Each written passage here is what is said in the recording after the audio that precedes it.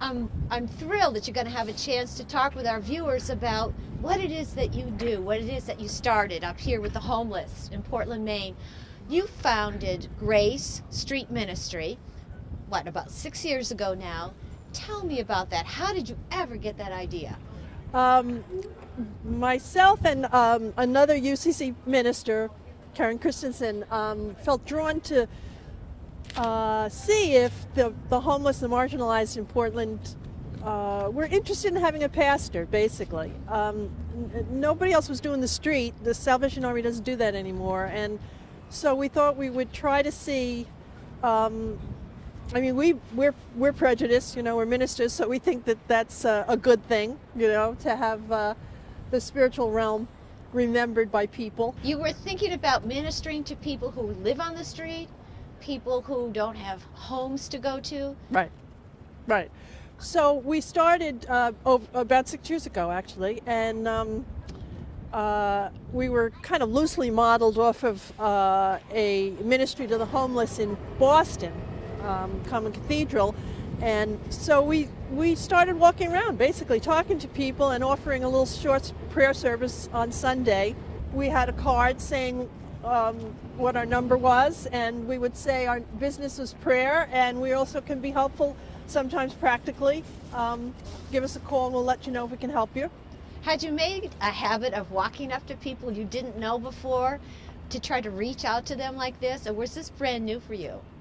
I had done a walk, a long walk, a prayer walk once, and actually I didn't realize it was going to prepare me for this, but it really did, because I met a lot of people that I'd never known before on that walk. So it didn't feel quite as strange. My coworker, it felt very strange. She kept saying to me, what if they're not homeless? What if they're not homeless? And I thought, well, it doesn't really matter. We're just saying hello. Actually, it was hard, but it was very satisfying when we started seeing people trust us in a way that just was there because of our consistency. Now, did you wonder at all? Take care. See you later. Did you wonder what you were going to be able to bring them, if anything? Yes. Did you really question what you were doing sometimes? Well, we both said, let's try this out, and if it looks like it's ridiculous, that these folks are so overwhelmed, so challenged that our presence is just, it's just ridiculous, then we back out. And since we weren't making any money or anything on it, it was going to be pretty easy to back out on one level. So, but that isn't what happened. What happened is I can really say now, not necessarily do they need me on the street, but they need someone. And they need someone to remember the bigger picture, and someone to hold hope in a certain way. And we have great social workers in these programs and in these shelters. They're terrific. But there is something about a spiritual level of hope that whatever your belief is, that can make the day a little bit easier. I can't tell you how many times there's this grizzly person, big beard or whatever, rough face, and we join heads, and I just, I'll just say something like, may this symbol of truth help you remember, no matter what the world has been like for you, no matter what it has in store for you, you are a precious child of God.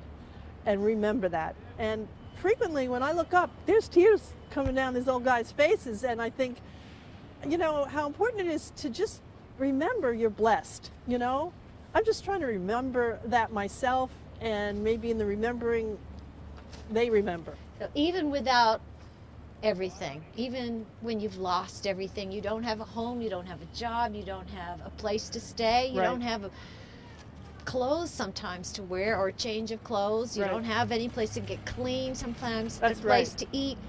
Even so, you're a child of God. Absolute. And you really count. Absolute. You count. Right. You're not a mistake. Now, what difference has this made for you in your life? I know that you're making a positive difference in the lives of people that you're ministering to. I know that you're not solving the problems. I know that you can't possibly do that.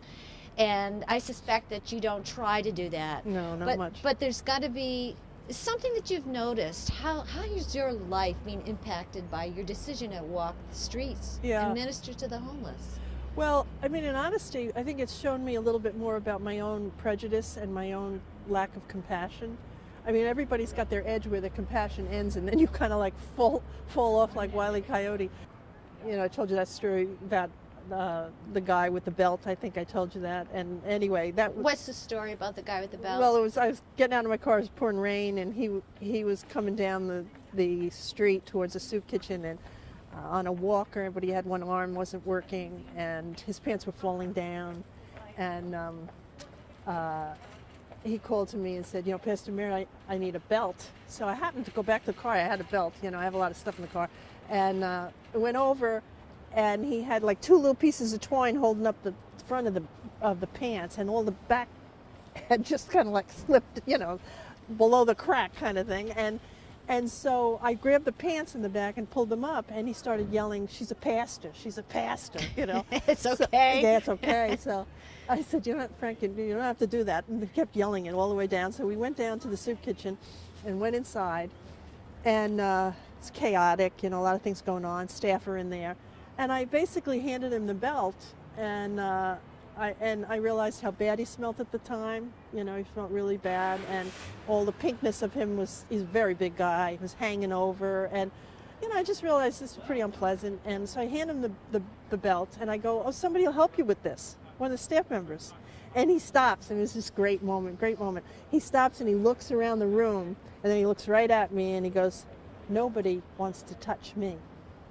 And it was like boom, because you know, if there is a presence, the presence was with me at that moment, saying, "Look and see who you are. Look and see what you are. Look and see what your level of love is. It's right here."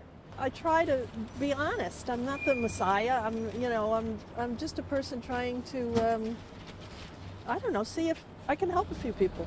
Now, you do some things that some of the agencies don't do. You help in ways that they don't. I know that you stop and pray if they'd like to pray. Yeah. What are some of those other things that you'll help them with, those concrete kinds of things? Yeah, we're kind of lucky, because if the people continue to donate a little bit to us, we have a little fund, which we use on the street whenever we're out there. And so we can do things that don't require paperwork. You know, if somebody...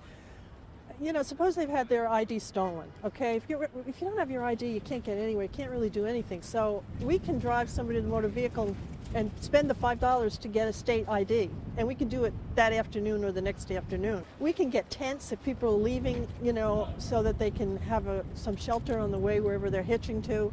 I don't know any other agency that gets tents. We can do things quickly, more quickly. Bus tickets, meal tickets? Yeah, we get bus tickets. We get boots, we get sneakers, change of clothes. Sometimes we can do that quickly. All sorts of things. I'm getting 2 layettes now. 2 young women are pregnant. So I said, "I'll get you a layette." Young woman, I don't know, she's like 19. She goes, "Thank you so much, thank you so much." What's a layette? It's great. Oh, but I just think, how are you going to take care of a baby out there? I just Well, can't she has imagine. an apartment now. She does. Yeah, she does. She has an apartment now, so that'll be a little easier. But she has no money. So yeah, we help out with that. With pretty much, you know, we try to have a one-to-one ministry. So if I meet somebody, and I pick up, you know, if they got holes in their pants, it's pretty obvious. You could use a change of pants, right? So I'll just get their size and go get them a pair of pants. You know. Well, thank you so much, and let's carry on. Okay, good. Okay. Good. Great.